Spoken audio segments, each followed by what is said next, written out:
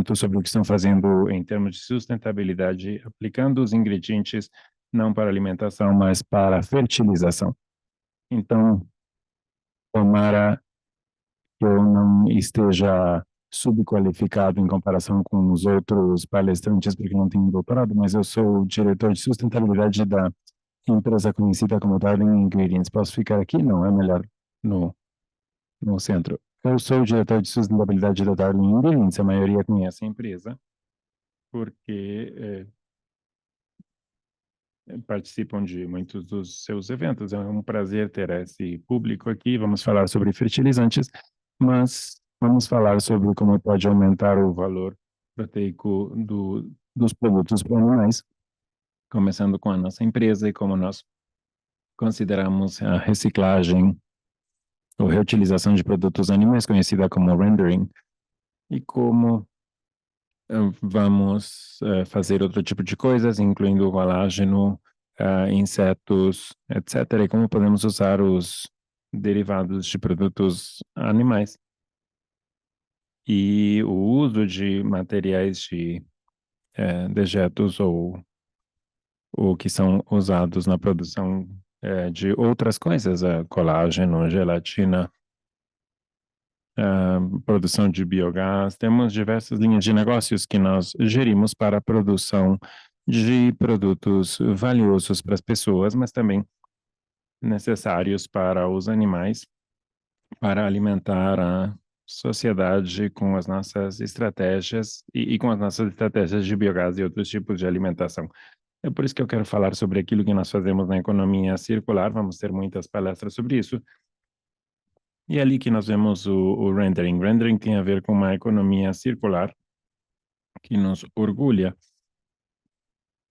muito. Nós processamos 15%, se vocês não sabiam, dos subprodutos de animais que são processados no mundo, na América do Norte, no Brasil e outros locais também. E parte disso, bom, as pessoas que não sabem muito sobre rendering,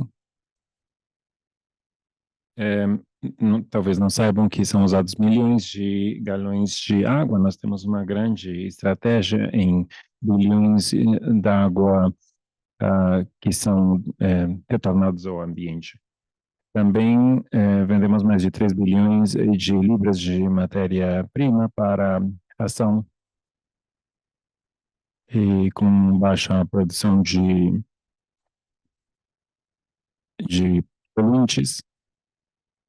E também trabalhamos na produção de biocombustível para dar eletricidade a mais de 52 mil lares. E temos processos que permitem também tirar do ambiente o equivalente do dióxido de carbono produzido por 2 milhões de carros. Por que vamos falar sobre fertilizantes hoje, apesar de termos muitas coisas? Bom, nós temos o foco, como muitas empresas, na nossa rentabilidade ou lucratividade.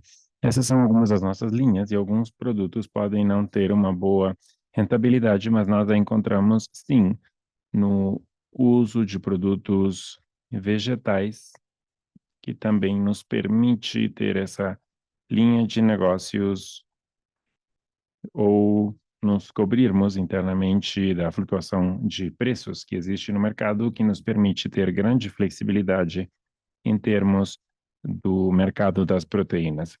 E também temos planos de contingência ou de emergência. Algumas vezes temos ingredientes que não podem ser usados para ração, por exemplo, e que nós usamos em fertilizantes, em adubo, outros usos, e oferecem produtos de grande valor para os nossos clientes. E quem é o nosso cliente? No caso dos fertilizantes, o maior tem a ver com a agricultura orgânica. Nós temos fertilizantes orgânicos que são produzidos com processos naturais, usados na agricultura orgânica.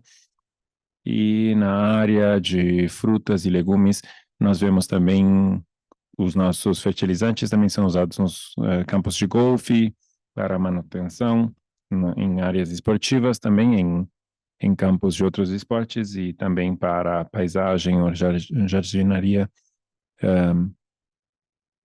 para os diversos usos dos nossos clientes. O que os nossos fertilizantes incluem, mais uma vez? Bom, aqui vamos ver na parte de cima, mas temos Grand Taxi, que na nossa empresa ele não conseguiu participar, mas é um especialista nessa área, ele não conseguiu vir, infelizmente, e eu estou representando, mas ele tem todas essas informações dessas áreas. Eu posso mesmo assim falar sobre algumas coisas, mas ele com certeza vai ficar feliz em receber a sua chamada se tiverem alguma dúvida sobre fertilizantes. Nos fertilizantes nós usamos muita farinha de penas de aves e usamos também farinha de osso e de carne, mas principalmente farinha de sangue e de osso, combinadas com outros componentes e outros insumos para usos específicos, aplicações específicas, com especificações dos nossos clientes. Agora, por que nós usamos esse tipo de insumos e quanto ou como podem proporcionar de valor para a fertilização? Bom, a farinha de penas tem grandes níveis de proteína e tem muito nitrogênio orgânico com proporções de 12 a 14%. Sinto muito, mas é difícil ler os slides aqui onde eu estou.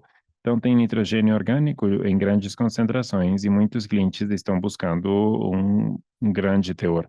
A farinha de osso e de carne tem um melhor equilíbrio entre nitrogênio, fosfato e cálcio, mas principalmente tem fósforo, que está muito disponível.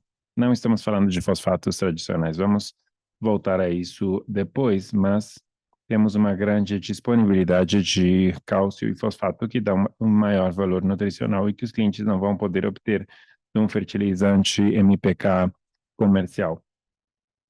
Portanto, contribui também a proteção do solo, onde tem cultura de frutas, legumes, vegetais. A farinha de osso, claro, tem altos níveis de fosfato e cálcio, e a farinha de sangue também tem um alto teor de nitrogênio orgânico.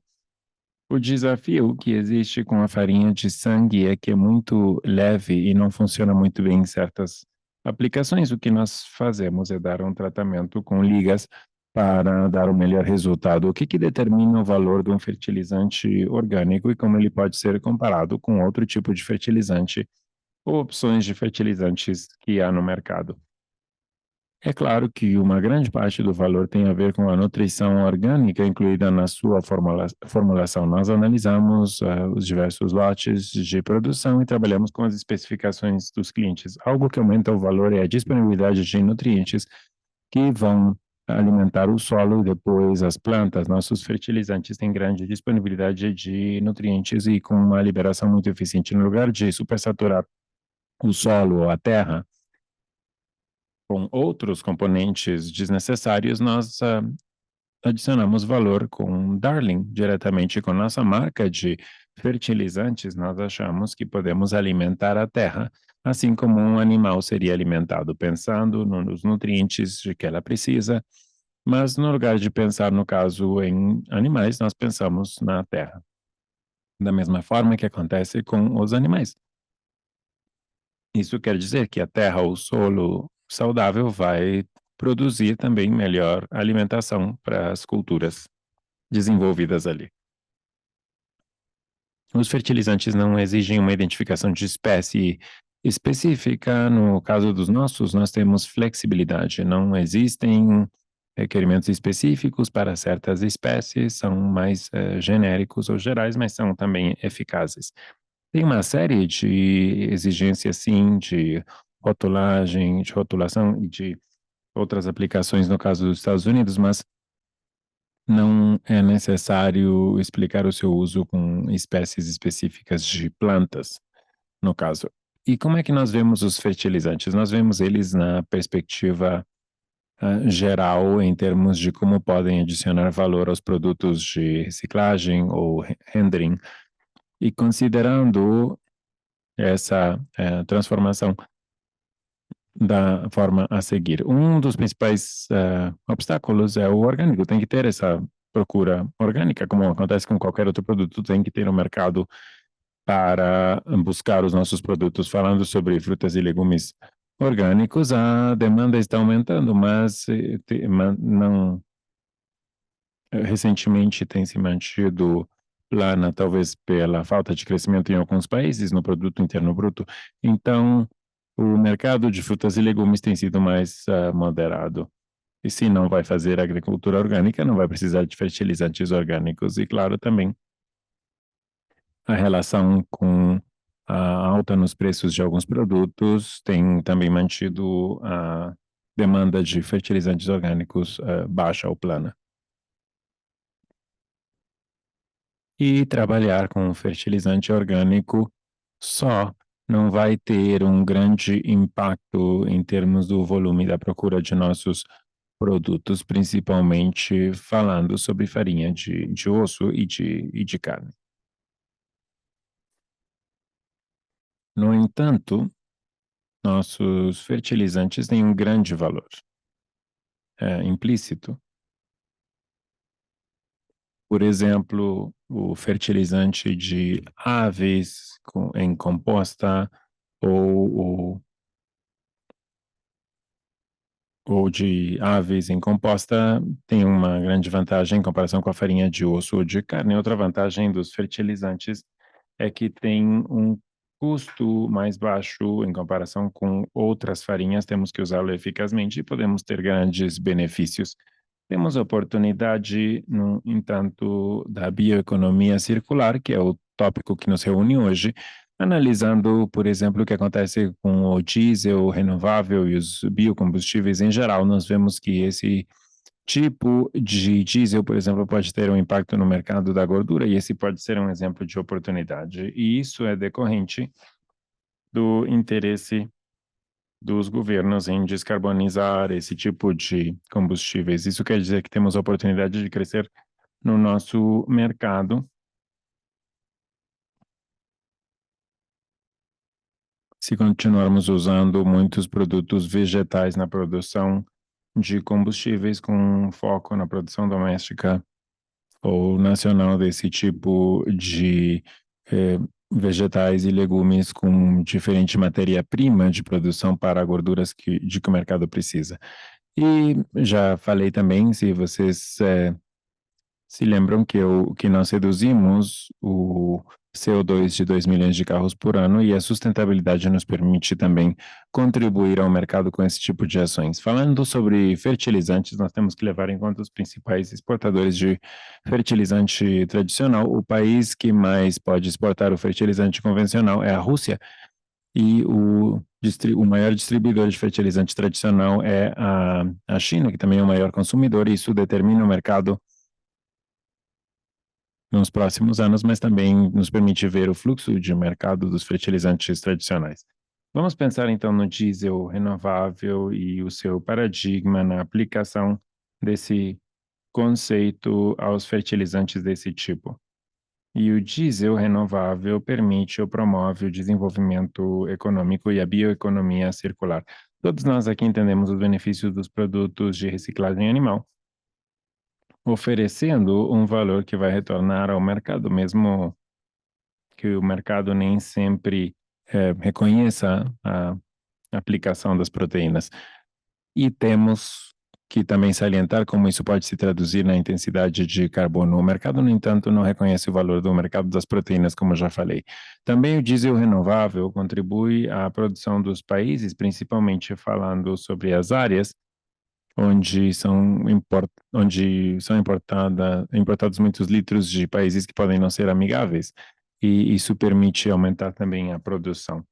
No caso dos fertilizantes renováveis, a situação não é diferente, permite o desenvolvimento econômico, contribui para a sustentabilidade, à medida que os agricultores buscam reduzir a sua pegada de carbono, até mesmo na venda de soja, nos mercados de alimentos que buscam reduzir a pegada de carbono nos seus campos, os fertilizantes orgânicos têm justamente uma pegada de carbono menor durante o ciclo de vida. E aqui tem uma grande oportunidade também, isso nos ajuda a aumentar e estender a vida de recursos que podem ser considerados finitos e podem contribuir para uma economia circular melhor planejada. Vamos falar sobre os recursos finitos.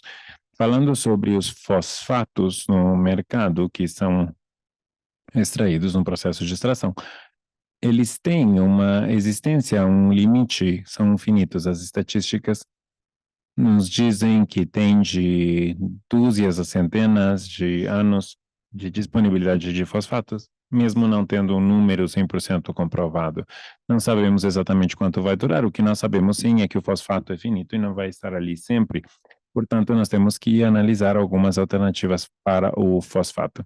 Então, vendo isso na perspectiva regional, uma maioria dos fosfatos decorrem de procedimentos extrativos, não necessariamente dos Estados Unidos, mas do Oriente Médio e da África. As farinhas de osso e de carne são uma grande fonte de fosfatos que permitem manter esses nutrientes nesse ciclo e nessa economia circular. E daí surge o nosso interesse em poder lidar com esses desafios de nutrientes, recuperando o valor, e a farinha de osso é uma das alternativas na perspectiva do fosfato. Aqui eu tenho mais um comentário sobre por que é tão importante o efeito dos fertilizantes. Nós falamos que nós alimentamos a terra assim como nós alimentamos os animais.